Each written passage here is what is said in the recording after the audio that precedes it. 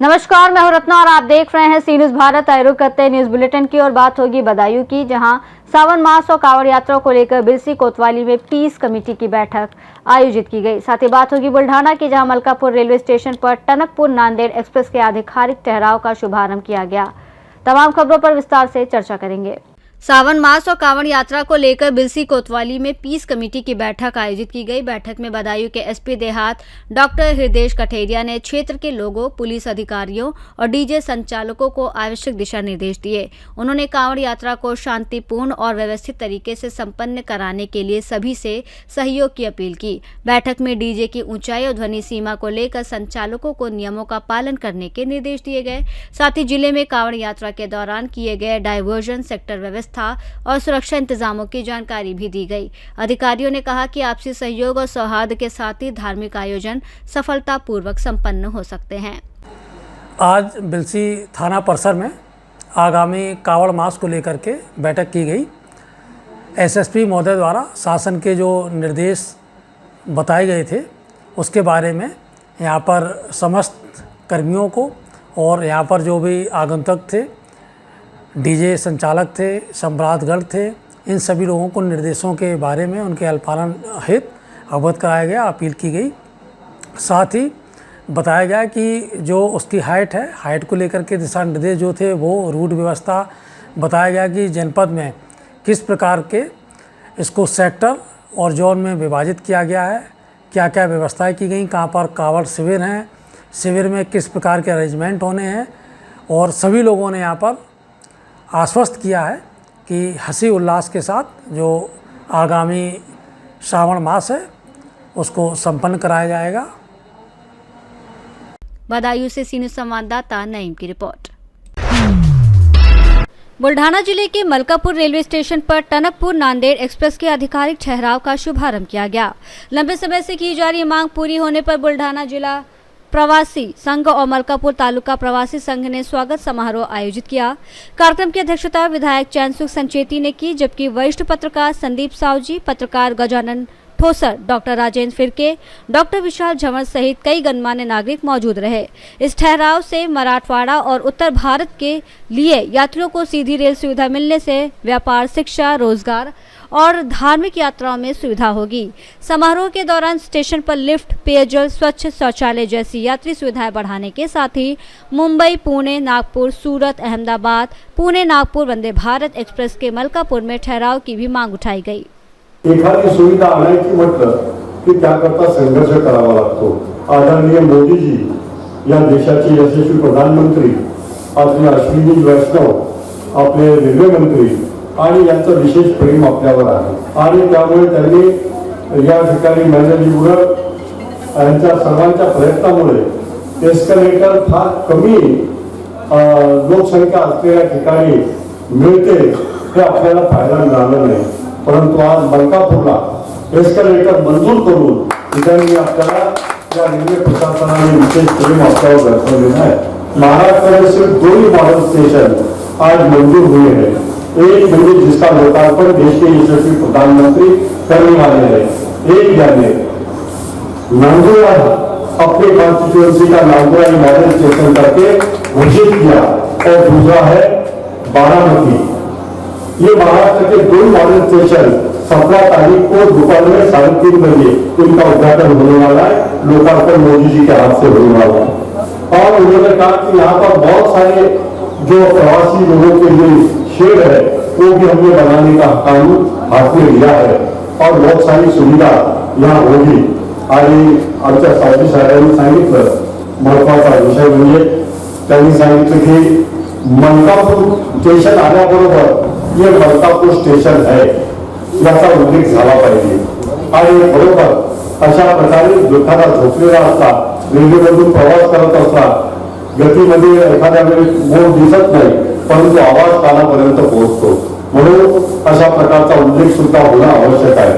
त्याचबरोबर मला सांगताना अतिशय आनंद होतो की विकासाच्या कामांना गती देण्याकरता जसं 18 कोटी रुपये मंजूर झाले होते तसे आणखी 3 कोटी रुपये या ठिकाणी मंजूर करण्याचं काम आपण येणाऱ्या कालखंडात करू आणि अतिशय अशा प्रकारचा अद्यावत मॉडेल स्टेशन ते मलकापूर झाल्याशिवाय राहणार नाही असं या ठिकाणी घोषित करतो. अश्विनीजी वैष्णव यांचा भरपूर पाठिंबा आणि आशीर्वाद आपल्याला मिळालेला आहे, म्हणून पैशाची कमी नाही. कोणत्याच प्रकारचं जे वंदे भारत म्हणतं तर वंदे भारतचा निर्माण करणारे हे अश्विनीजी वैष्णव आहेत आणि भविष्यामध्ये बुलेट ट्रेन सुद्धा मलकापूरला आल्याशिवाय राहणार नाही एवढा या ठिकाणी आश्वस्त करतो.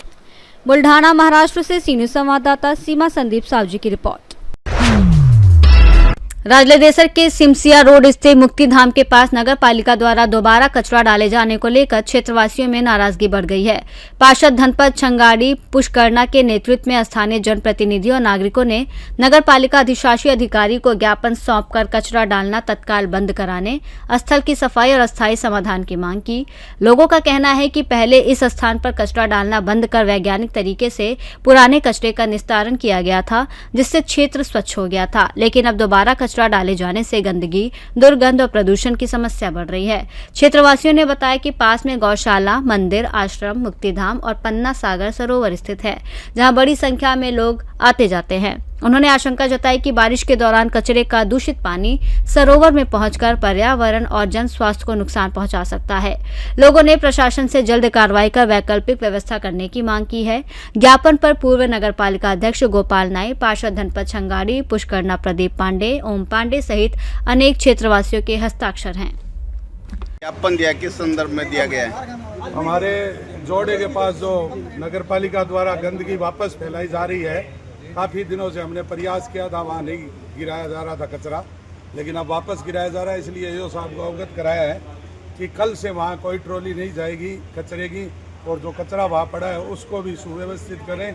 बारिश का समय है, आगे बारिश का पानी आएगा, जोड़े में जाएगा, गंदगी जोड़े में जाएगी, पशु पक्षी पानी पिएंगे, उससे वो बीमार होंगे, मर जाएंगे। इसलिए हमने निवेदन किया है कि पास में वैदिक गुरुकुलम चल रहा है भगवती भद्रकाली शक्तिपीठ में, और नाथ नगर गौशाला में गाय माता की सेवा हो रही है। वहाँ गंदगी फैलती है तो वहाँ मक्खियाँ और आवारा कुत्ते चारों तरफ फैलते हैं।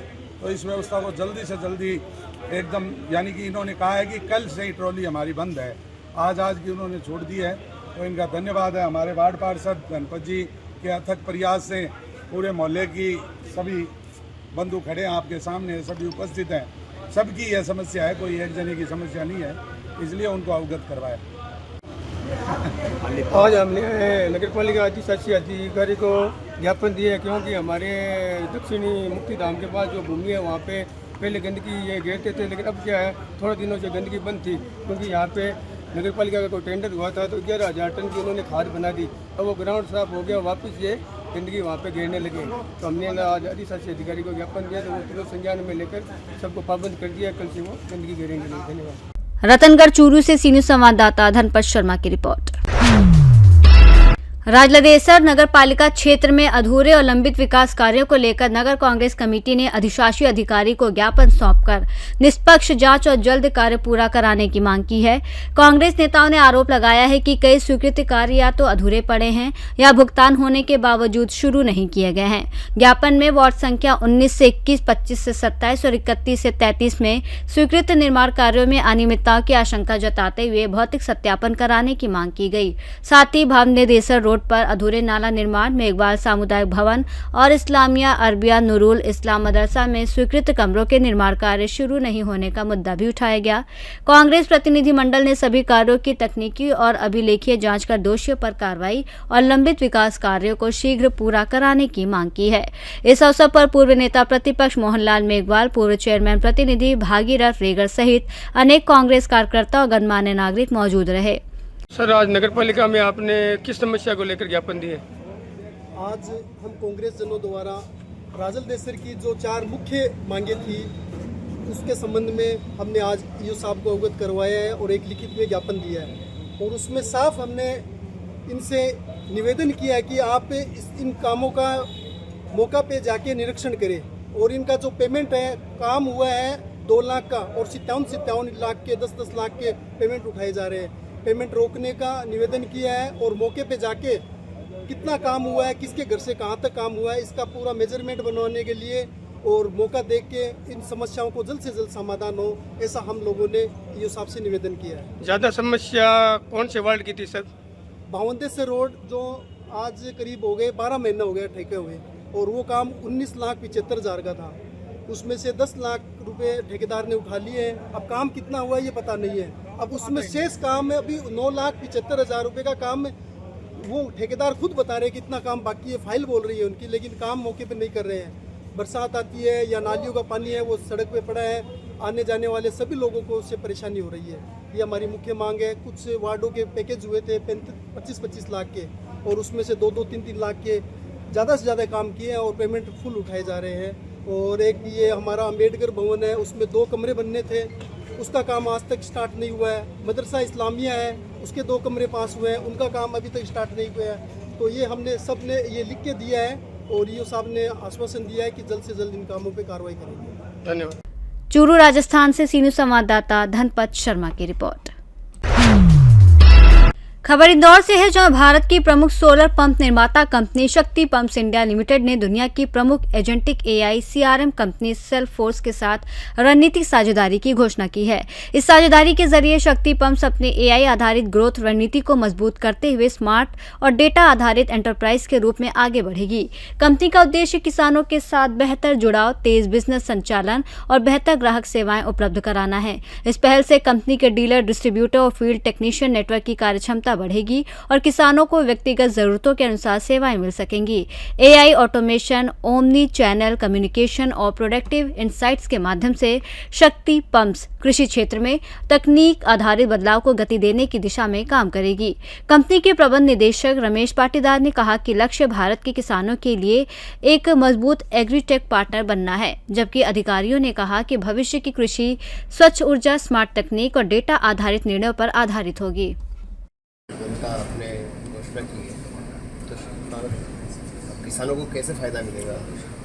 सर, किसानों से ऐसा फ़ायदा मिलेगा कि ये जो पंप ये लगा रहे हैं सोलर पंप्स, ये किसान यूज़ करते हैं। जब तक पंप जो है वो किसान के पास नहीं जाएगा तो किसान खेत में पानी नहीं दे सकता। तो सबसे पहले जो रिक्वायरमेंट होती है किसान के लिए पानी होता है, और ये जो शक्ति पंप्स जो ये लगाते हैं इससे इनको पानी मिलता है। और जो ये टेक्नोलॉजी आज यूज़ कर रहे हैं इसलिए इससे वो जो पंप जो है उसका डाउन टाइम कम हो जाता है, उसका सर्विस टाइम फास्ट हो जाता है। तो किसान के लिए इससे काफ़ी बेनिफिट हो जाता है। तो किसान के लिए जो प्रॉब्लम होता है कि उनकी जो फसल है उसके लिए लगातार उनको पानी मिलते रहे, और उससे उनकी जो हार्वेस्ट है जो बोलते हैं हम उसको और बढ़ोतरी मिले, तो उससे इसका बहुत फ़ायदा होगा किसानों को। और किसान हम और भी फार्मर्स को टारगेट करेंगे शक्ति पंप्स की पार्टनरशिप के साथ, और इसको और बढ़ाएंगे। तो किसान को इससे फ़ायदा ही होगा और ज़्यादा से ज़्यादा किसान इससे जुड़ पाएंगे। आपको कुछ मैं विनय भट्ट सेल्स फोर्स से हूँ, regional vice president for industries. तो मैं मैन्युफैक्चरिंग और एनर्जी वर्टिकल देखता हूँ, और ऐसे सारे कंपनीज जो हैं जो ट्रांसफॉर्मेशनल काम करते हैं शक्ति पंप्स के साथ, हमें काफ़ी गर्व है। हम काफ़ी प्राइड महसूस करते हैं कि हम ऐसे कंपनीज के साथ पार्टनरशिप करते हैं, एंड हम इससे और फार्मर्स को कैसे बेनिफिट करें इस पर काम कर ले रहे हैं। इससे पिछले 2 सालों से जुड़े हुए हैं, और हम लोगों को जैसे कि मैंने बताया आपको, हम सेल्स फोर्स से पिछले 2 सालों से पार्टनर हैं। और जो हमारा जो सर्विस ऐप है, जो सर्विस वाला जो सेगमेंट है उसमें हमको बहुत अच्छा सपोर्ट मिल रहा है। कम से कम हमको 2.5 लाख किसानों को जो अंडर वारंटी फॉर्म में जो सर्विस प्रोवाइड करना पड़ता है, सेल्स फोर्स की मदद से हमें सक्सेस मिली है। तो एक बहुत अच्छा पार्टनरशिप हमारा हुआ है, और आगे भी भविष्य में हम लोग उनके साथ अच्छे और अलग अलग सेगमेंट में काम करते रहेंगे। मैं शक्ति पंप से रमेश पाटीदार, और आज जो इवेंट हुआ है शक्ति पंप्स और सेल्स फोर्स ने ऑर्गेनाइज किया है, तो इसमें सेल्स फोर्स के साथ हम पिछले 2 सालों से जुड़े हुए हैं। हम अब जो इसका जो सर्विस वाला जो वर्टिकल है उसके साथ एसोसिएट हुए हैं। आज हमारे कम से कम 2.5 लाख सोलर वाटर पंप्स किसानों में खेतों में लगे हुए हैं, उनको सेल्स फोर्स की मदद से हम लोग उनको सर्विस प्रोवाइड कर रहे हैं। इंदौर से सी न्यूज़ संवाददाता अमल शाह की रिपोर्ट। इंदौर के विजयनगर में Ankura hospital for women and children के सुपर स्पेशलिटी महिला और बाल चिकित्सालय का शुभारंभ किया गया। इसके साथ ही अंकुरा हॉस्पिटल ने मध्य प्रदेश में अपनी सेवाओं की शुरुआत करते हुए पश्चिमी और मध्य भारत में अपनी स्वास्थ्य सेवाओं का विस्तार किया है। आधुनिक चिकित्सा सुविधाओं से लैस ये अस्पताल महिलाओं, नवजात शिशुओं और बच्चों के लिए विशेषज्ञ उपचार उपलब्ध कराएगा। अस्पताल में हाई रिस्क प्रेगनेंसी, समय से पहले जन्मे शिशुओं, जन्मजात विकारों और जटिल बाल रोगों के उपचार की अत्याधुनिक सुविधाएं उपलब्ध होंगी। अब तक इन उपचारों के लिए कई परिवारों को दूसरे शहरों का रुख करना पड़ता था, लेकिन इस अस्पताल के शुरू होने से इंदौर और आसपास के क्षेत्रों के मरीजों को बेहतर स्वास्थ्य सेवाएं स्थानीय स्तर पर मिल सकेंगी। And this is the first time we are opening in Madhya Pradesh, and it's in Indore.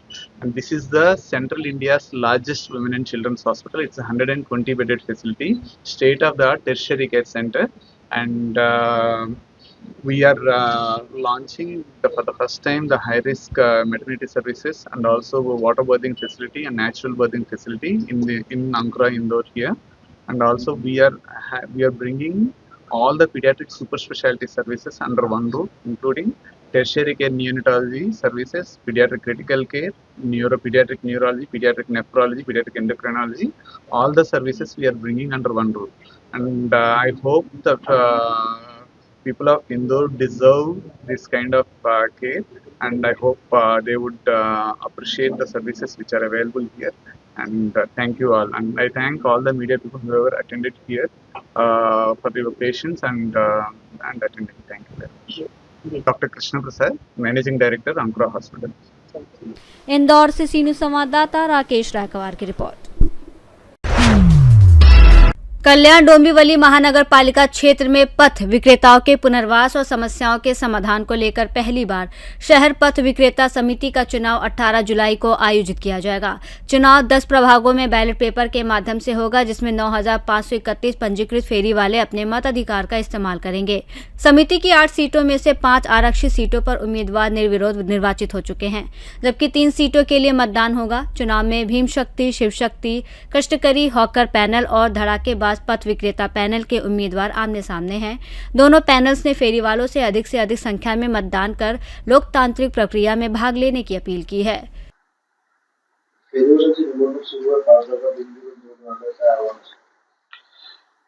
18 जुलै रोजी पथविक्रेते शहर पथविक्रेते निवडणूक आहे। या निवडणुकीमध्ये शिवशक्ती, भीमशक्ती, कष्टकरी, पथविक्रेता फेरीवाला विकास पॅनलचा 5 लोक बिनविरोध निवडून आलेले आहेत। एकूण 8 जागेसाठी निवडणूक होती, त्यातले 5 जागा निवडून आलेल्या आहेत। आमच्या रेखा सोनावणे, आरती बोटावे, प्रशांत माळी, आशा मगरे आणि रघुनाथ भोईर असे 5 सदस्य आमचे बिनविरोध निवडून आलेले आहेत। आणि आता 3 साठी ओपन मधून निवडणूक आहेत। त्याच्यामध्ये आमचे उमेदवार आहेत भालचंद्र पाटील, नाना पाटील आणि दर्शना गायकवाड। शिवशक्ती, भीमशक्ती, कष्टकरी पथ विक्रेता यामार्फत सर्व फेरीवाल्यांना विनंती करत आहे की आपण आमचे जे शिवशक्ती, भीमशक्तीचे पॅनलचे जे उमेदवार आहेत त्यांच्यात फोटोच्या बाजूला शिक्का मारून त्यांना प्रचंड मताने विजयी करायचा आहे। 1985 सालापासून कल्याण शहराचं फेरीवाल्यांचं, भाजीवाल्यांचं, कटलरीवाले असो, फुलवाले असो, या सर्वांचं नेतृत्व करतोय। आज 40 वर्ष मी प्रामाणिकपणे या फेरीवाल्याचं काम केलेलं आहे।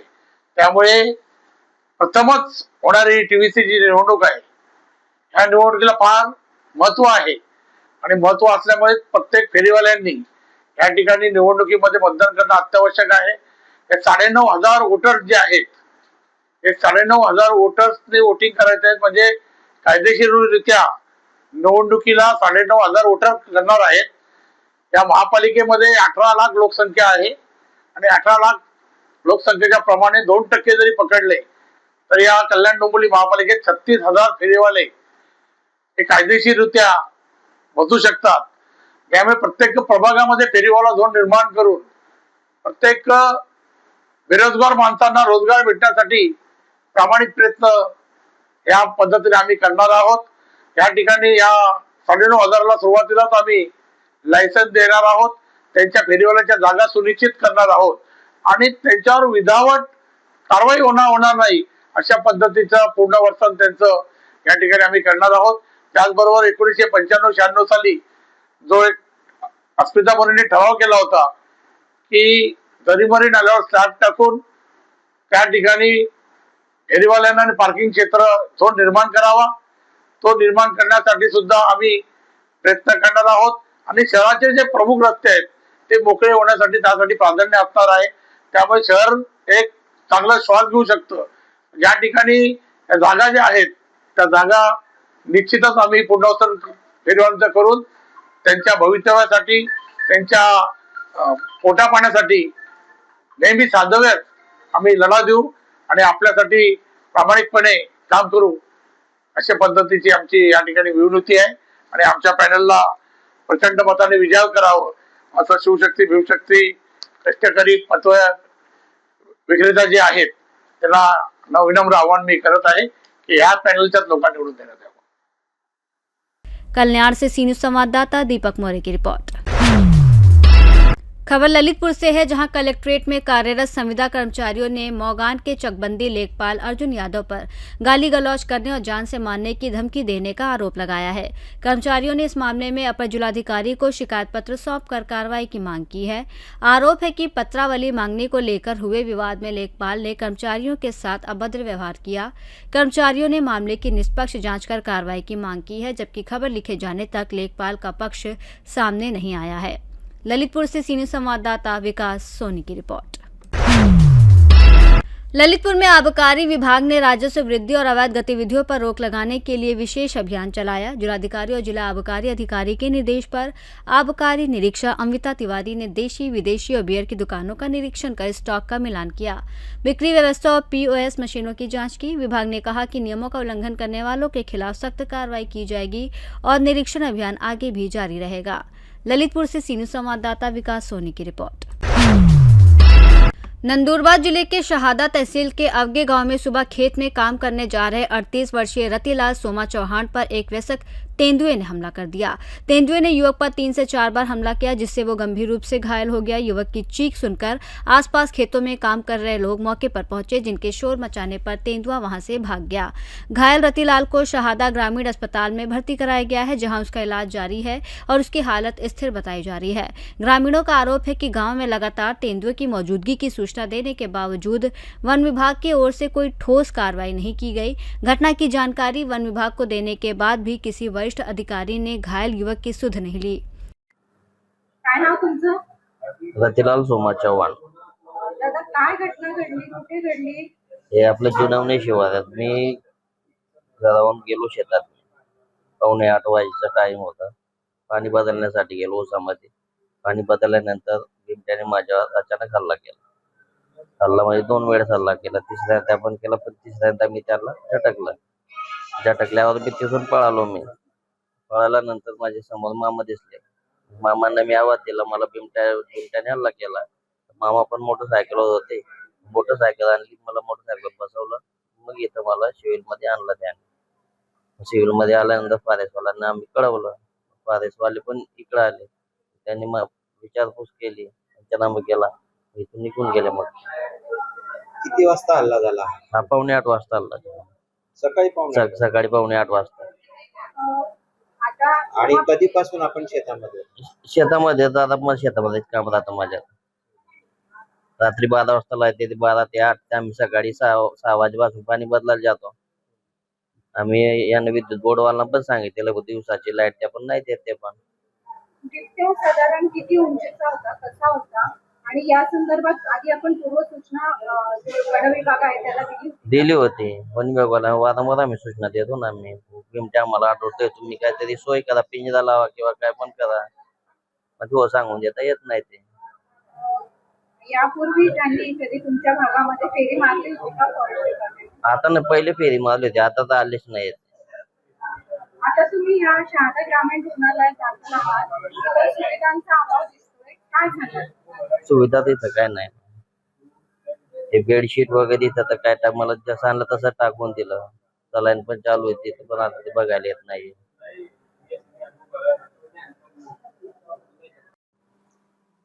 मी डॉक्टर दिलबर कैलास पावरा, वैद्यकीय अधिकारी, ग्रामीण रुग्णालय शहादा। आज सकाळी आपल्या ग्रामीण रुग्णालय शहादा येथे एक बिबट्याने हल्ला झालेल्याची केस आलेली आहे. आता ॲडमिट आहे रुग्ण आपल्या ठिकाणी. सकाळी आले तेव्हा त्यांना डाव्या हाताला काही ठिकठिकाणी जखमा आहेत, नखाचे निशाण आहेत, पाठीवरती पण निशाणे आहेत आणि काही ठिकाणी जबड्याचे खोलवर जखमा आहेत. तर त्या काही ठिकाणी जखमामधून खूप रक्तस्राव येत होता. तर आपण त्यांना हिमोस्टॅटिक सुचर्स केलेत, काही ठिकाणी ड्रेसिंग केली आणि जे धनुर्वातचं इंजेक्शन, रेबीजचं जे इंजेक्शन असते ते सगळं त्यांना इंजेक्शन दिले आहे. अशा केसेसमध्ये जे प्रोटोकॉल फॉलो करतात ते सगळे इंजेक्शन त्यांना आपण दिलं आहे. पेशंट स्टेबल आहेत. पेशंटची प्रकृती आता एकदम स्थिर आहे, काय घाबरायचं कारण नाही. बाकी एक्सरे वगैरे ॲडवाईस केले, सुजन वगैरे असल्यामुळे त्याच्यात काय येते, फ्रॅक्चर वगैरे असण्याची शक्यता दिसते. त्याच्यात रिपोर्टनुसार पुढील त्यांचा उपचार आपण ठरवणार आहे.